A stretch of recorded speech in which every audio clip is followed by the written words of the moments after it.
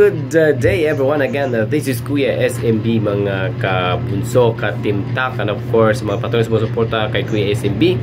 Bago natin ipagpatuloy ang ating pag-uusapan ngayong araw, premium muna tayo mga kaidol kasi ngayong araw may lakad si Kuya SMB. Please don't forget to subscribe this YouTube channel. Sa inyo to, sa atin to, sa Kabunso team and of course sa top team. Ngayon mga kaidol, ating pag-uusapan regarding po doon sa Convo na pinalabas ng mga kasama nating vlogger dito sa team Kabunso, na nakikita natin, napapansin natin, pruweba na ito, confirmed na may plano ang team Palaboy na siraan si Mix Molino through sa mga messages na pinapalabas nila mula kay Kent Garcia. Yung mga paratang nila sa amin noon, wala, puro lang mga kwento. Pero yung sa kanila ngayon, yung paninira nila kay Mix Molino, may pruweba tayo. Huwag tayo maging ipokrito sa katotohanan. Huwag po tayo maging tanga sa katotohanan. Nandito na, nakikita nyo na ang pruweba. Ganun lang po doon mga ka-idol. Kung basahin natin isa-isa yung mga conversation nila, Convo na pinapakita nila, hindi po actually maraming madidisappoint sa nagtiwala sa kanya. Kasi maraming mga supporters ng ni Bunso na parang nagtumiwala, nagtiwala sa kanila.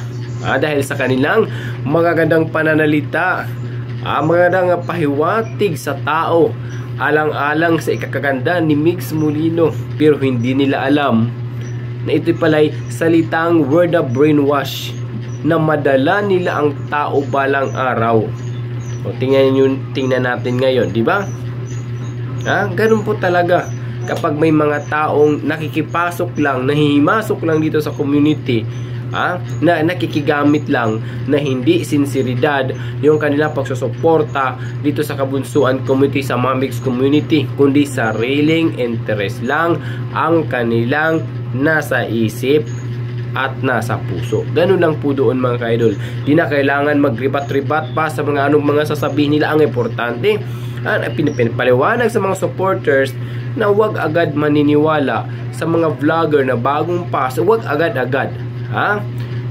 I-confirm muna kung totoo na legit, die hard yung suporta niya laban sa community ng kabunsuan. Kailangan natin ng konfirmasyon. Baka matulad uli sa nangyari sa Team Palaboy, na grabe yung impact sa mga team ng mga supporters ni Mix Molino sa Team Palaboy dahil sa kanilang mga binibitawang salita at sa pagsusuporta sa community. Pero the end, witness na, nakita nyo na, pruweba na, na ginagamit lang nila ang community ni Mix Molino through sa kanilang sariling interest. So sabi pa ni Ken sa kanyang Miss Convo, kaya isip-isip daw, sabi niya, mag-isip-isip daw kayo, kung manatili pa ba kayo, mag-content laban kay Mix Molino. So it means noon pa mga ka-idol, may plano na pala ito sila. Kasi ang gusto nila na lampasan pa si Mix Molino, na makuha all supporters ni Mix Molino mapatungo sa kanila. Pero hindi sila nagwagi. According pa sa kanya, parang nag-greeting pa siya. Masasabi daw niya dyan, umpisa parang yung yabang niya mga ka-idol nandun pa rin. Yung yabang niya, yung parang angas na surely talaga siya na makukuha yung mga supporters. Papaya ba kayo nun mga supporters? Sabi pa nga niya, umpisahan kong kalabanin siya. Umpisahan doon niya kalabanin si Mix Molino. Brainwash ko ang fans. Lalo niya ako hinahamon. Sabi niya, tingnan natin kung may mix pa ba. Di ba yung mga ganong word na eksena, yung kanyang mga binibitawang salita, nandun yung yabang na sure good siya na lahat ng supporters makukuha niya dahil sa mga salita niya. Ganun lang po dun mga ka-idol. Huwag kayong maging kasi sila magsalita noon, magbibintang ng tao, walang pruweba na totoo, pero ito nakikita na natin. Kunbo mismo. Ha? Ganun lang po doon mga ka-idol. Sabi ko pa nga sa inyo na huwag agad-agad maniniwala, ha? Sa mga bagong pasok na mga vlogger. Okay, kung mag-content ng maayos, walang problema po doon. Pero magbigay tayo ng tiwala 50%, it's okay. Baka matulad rin kay sa Team Palaboy. True din sa pangunguna why si Ma'am Nora Bitalak na naging leader nila. That's because sa mga palipad, giveaway. Kasi grabe magbigay si Ma'am Nora Bitalak sa mga gift sa mga vlogger. Ganun lang po dun mga lolo. Ganun din po siya minahal ng mga vlogger sa nakaka-receive mula kay Ma'am Nora Bitalak.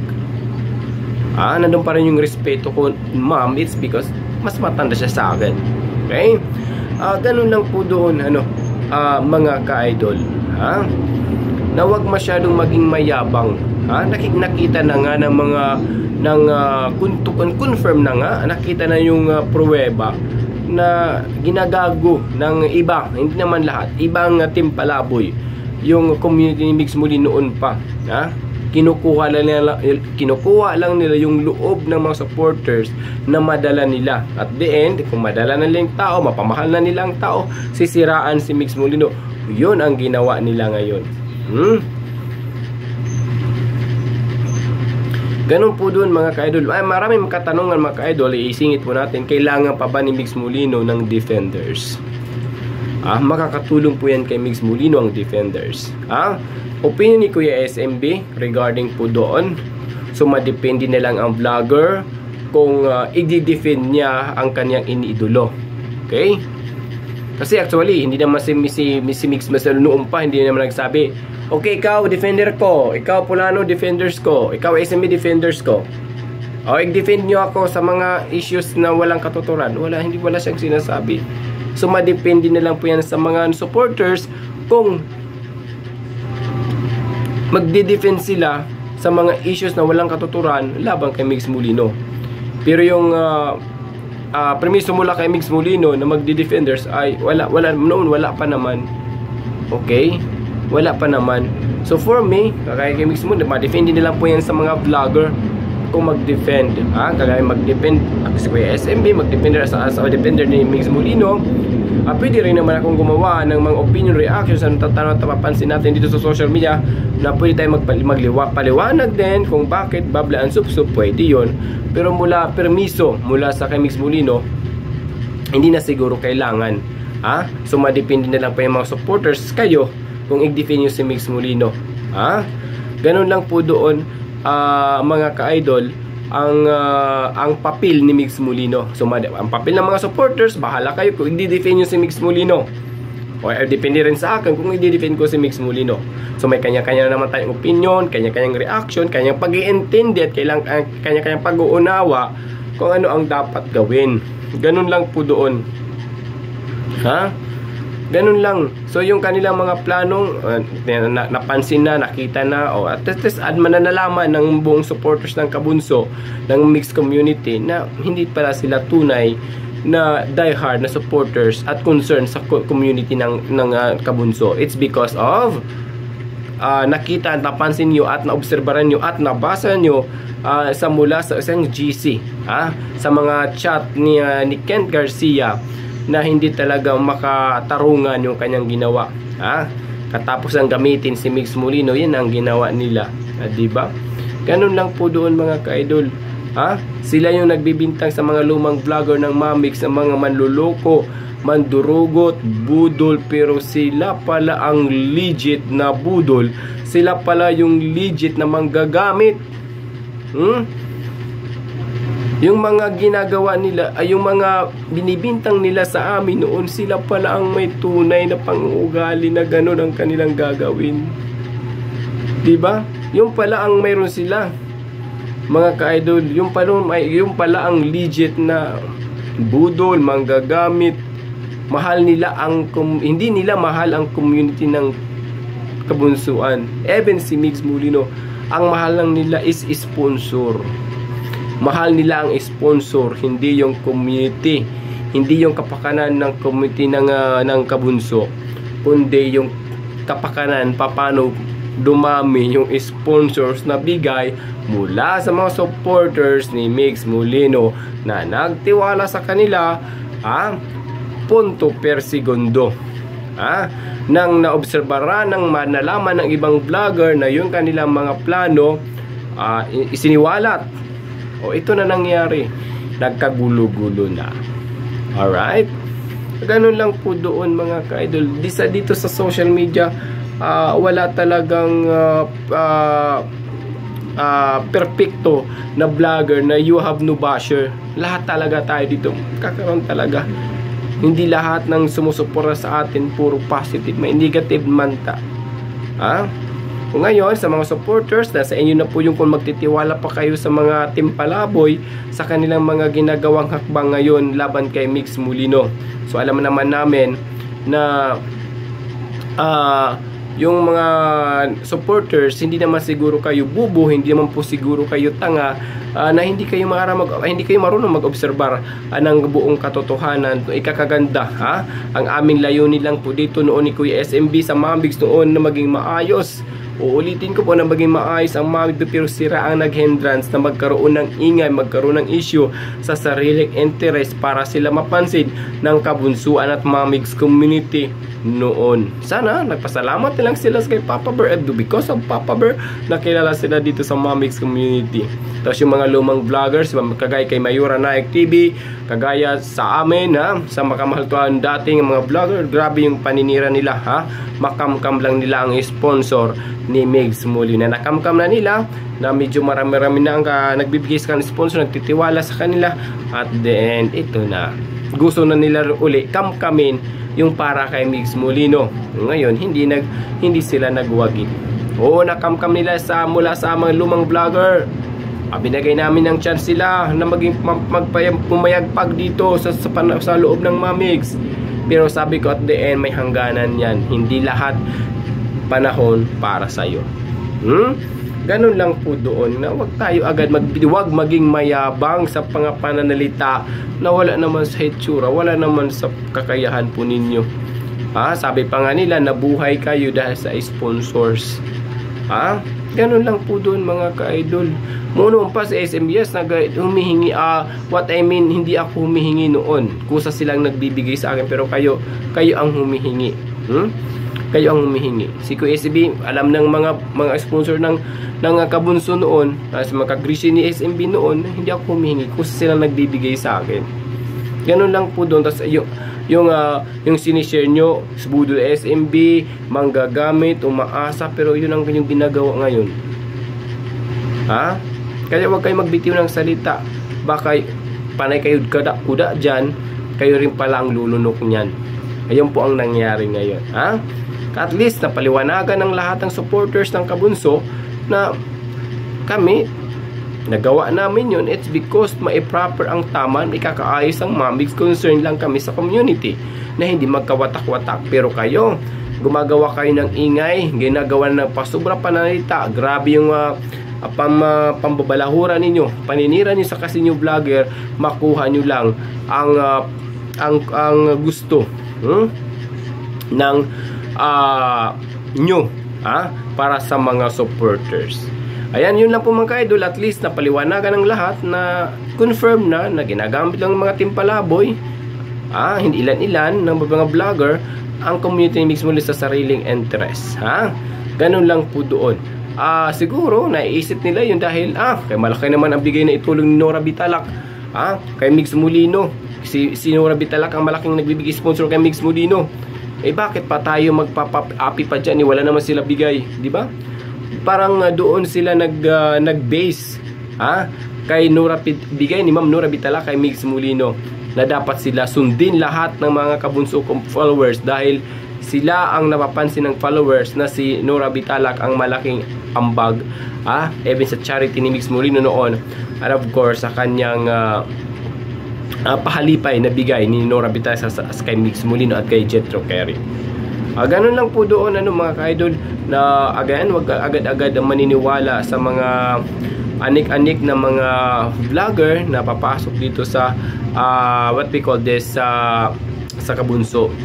Obserbaran ng maayos, oo, bago magbigay. Pero nasa inyo na po iyon mga ka-idol, kasi example na po ito sa mga team palaboy, kung nakikita nyo sinseridad, go, kung nakikita nyo na galing sa puso ngayon pagsusuporta, go, suportahan po natin punto per segundo. Pero po sa akin, regarding po doon kung kailangan ba ni Migs Molino ng defender, para sa akin, hindi naman si Migs Molino nagko-confirm na ikaw mag-defend. Madepende lang sa supporters kung i-defend siya, kasi hindi naman si Migs Molino pinipitang sarili niya na mag-defend si SMB, mag-defend si Citizen 06, mag-defend si Anino.